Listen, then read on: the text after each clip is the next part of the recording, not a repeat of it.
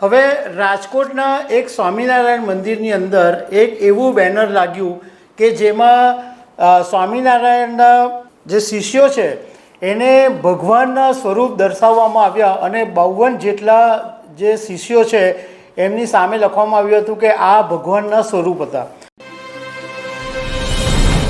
નમસ્કાર।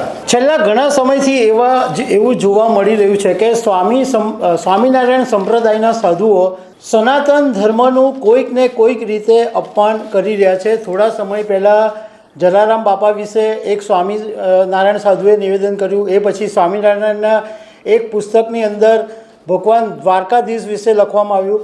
હવે રાજકોટના એક સ્વામિનારાયણ મંદિરની અંદર એક એવું બેનર લાગ્યું કે જેમાં સ્વામિનારાયણના જે શિષ્યો છે એને ભગવાનના સ્વરૂપ દર્શાવવામાં આવ્યા અને 52 જેટલા જે શિષ્યો છે એમની સામે લખવામાં આવ્યું હતું કે આ ભગવાનના સ્વરૂપ હતા। આને કારણે એટલો બધો મોટો વિવાદ ઊભો થયો કે આખરે મંદિરોમાંથી બેનર હટી ગયા। તો આના વિશે તમારી સાથે વાત કરીશ। મારું નામ રાજેશ શાહ છે અને તમે જોઈ રહ્યા છો ગુજરાતના સૌથી મોટા ડિજિટલ ન્યૂઝ પ્લેટફોર્મ ખબરછે.com।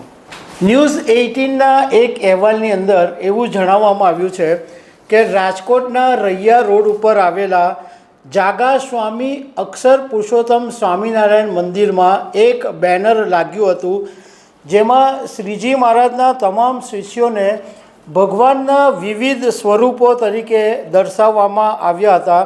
એમાં પુનર્જન્મમાં તેઓ ભગવાન હતા એવું એમનું નામ સામે લખવામાં આવ્યું હતું। હવે આ જે નામો હતા એમાં ગોપાલાનંદ સ્વામી છે એમને ભગવાન શ્રી કૃષ્ણ તરીકે બતાવવામાં આવ્યા હતા કે પુનર્જન્મમાં આ ગોપાલાનંદ સ્વામી હતા એ ભગવાન શ્રી કૃષ્ણ હતા। મુક્તાનંદ સ્વામી છે એમને નારદજી હતા એવું બતાવવામાં આવ્યું। નિત્યાનંદ સ્વામી છે એમને વ્યાસજી તરીકે બતાવવામાં આવ્યું। આ ઉપરાંત ભરત, હનુમાનજી, બ્રહ્માનંદ સ્વામી છે એમને બૃહસ્પતિ તરીકે દર્શાવવામાં આવ્યા।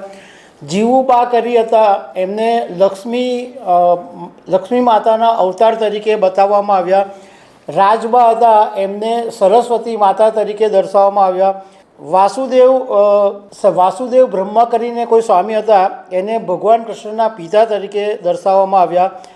અદ્ભુતાનંદ સ્વામી છે એ વિષ્ણુ ભગવાનનો અવતાર હતા એવું બધું કહેવામાં આવ્યું। આવા ટોટલ 52 શિષ્યોના નામ છે કે જે પુનર્જન્મની અંદર ભગવાન હતા એવું બેનર લગાવવામાં આવ્યું।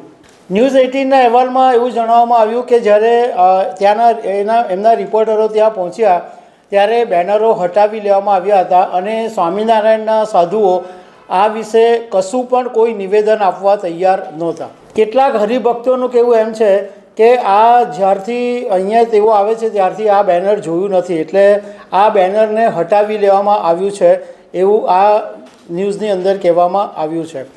પણ મૂળ વાત એ છે કે સ્વામિનારાયણ સંપ્રદાયના સાધુઓ ઘણા સમયથી એવું લાગી રહ્યું છે કે જાણી જોઈને સનાતન ધર્મનું અપમાન કરતા હોય।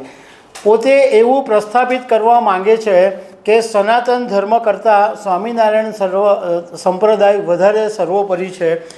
કારણ કે થોડા સમય પહેલાં જલારામ બાપા વિશે એવું કહેવામાં આવ્યું કે એમણે એક સ્વામીને આશીર્વાદ દઈ અને પોતાનું ભંડારો શરૂ કર્યો હતો। તો એક સ્વામિનારાયણના પુસ્તકની અંદર એવું નિવેદન આપવામાં આવેલું હતું કે ભગવાન દ્વારકાધીશ તો વડતાલમાં વસે છે, તમે દ્વારકાધીશ તમને ત્યાં દ્વારકામાં ક્યાં મળશે, તમારે દર્શન કરવા હોય તો વડતાલ આવવું પડશે। આવી બધી વાતો લખેલી અને આ તો 2 દાખલા તમને આપ્યા, પરંતુ આવા તો અનેક ઉદાહરણો છે કે સ્વામિનારાયણ સંપ્રદાયના લોકો આવી એવી વાતો કરી અને વિવાદ ઊભા કરે છે અને પછી પાછા માફીઓ માંગી લે અને પાછા આવા બેનરો પણ હટાવી લે। પણ તમારે માફી જ માંગવાની હોય, તમારે બેનરો હટાવી જ લેવાના હોય તો પછી આવા નિવેદનો આપવાની શું જરૂર છે? પરંતુ આ એક જાણી જોઈને કરવામાં આવેલું ષડયંત્ર હોય એવું જાણકારો કહી રહ્યા છે। તો દર્શક મિત્રો, આવી અનેક વાતો સાથે અમે તમને મળતા રહીશું। Thank you very much.